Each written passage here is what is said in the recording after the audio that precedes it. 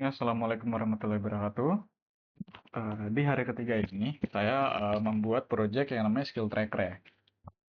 Ini masih ada korelasinya dengan proyek hari pertama dan kedua, di mana hari pertama dan kedua itu kan saya buat yang namanya portofolio ya. Dan di hari ketiga ini saya bikin yang namanya skill tracker.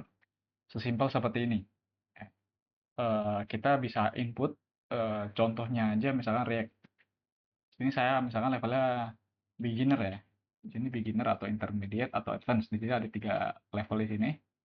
Terus kategorinya juga ada banyak nih, misalkan kategorinya itu kalau React masih nggak tahu lagi React itu gimana ya, masih belum familiar ya. Yang asal aja misalkan backend ya di sini, kita tambahkan skill di sini. Nah, akan muncul nih React di sini. Begitupun dengan HTML, CSS, JavaScript dan lain-lainnya.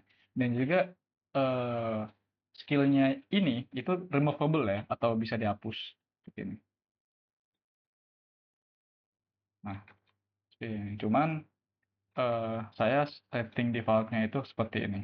Ada 5 skill yang udah ada di sini lah ya, udah terpampang display. Lalu di sini tuh saya pakai Bootstrap. Bootstrapnya itu navbar sama grid ya, navbar sama grid. Di sini itu eh, jadi kalau bukti kalau navbar itu responsif itu kalau misalkan ini kan teman-teman bisa lihat ini tampilannya kalau dalam monitor ya, atau PC atau desktop lah, pokoknya tampilan layar monitor tuh secara horizontal gitu ya, melebar ke kanan dari kiri ke kanan. Tapi kalau misalkan dalam mobile, aduh, itu dia akan menjadi vertikal dari atas ke bawah gitu, memanjang gitu dia. Sama kok, ini fungsi juga sama.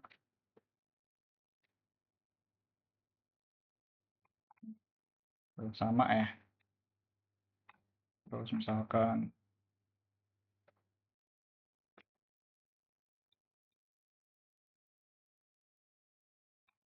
nah, sama sama aja kayak gitu. Nah, codingannya sendiri tuh yang di daerah sini itu nav class, nav bla bla bla bla ini ya. Jadi untuk layoutnya itu saya pakai Bootstrap Grid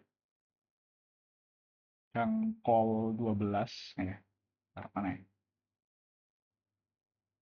Yang call 12 sama call MD5 itu artinya ya di mobile tuh apa ya? Full lebar gitu lah ya. Terus juga tadi saya sempat lupa untuk mention kalau di sini juga ada hamburger iconnya ya. Nah, ini untuk ngedisplay portofolio sama skill trackernya gitu. Nah, aslinya kalau misalkan dalam mode desktop, skill tracker sama portfolio itu kelihatan, tapi kalau dalam mode mobile, mereka akan tidak terlihat lah, akan ibaratnya kayak apa ya, dilipat dan icon hamburgernya keluar. Gitu. Oke, terus selanjutnya di sini eh, untuk JavaScript-nya di sini ada variabel sama function ya. Sekarang itu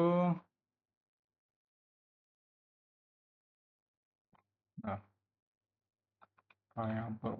Ini variabelnya saya bikin ada yang form, skill name input, skill level input, bla bla bla, banyak kayak di sini ya.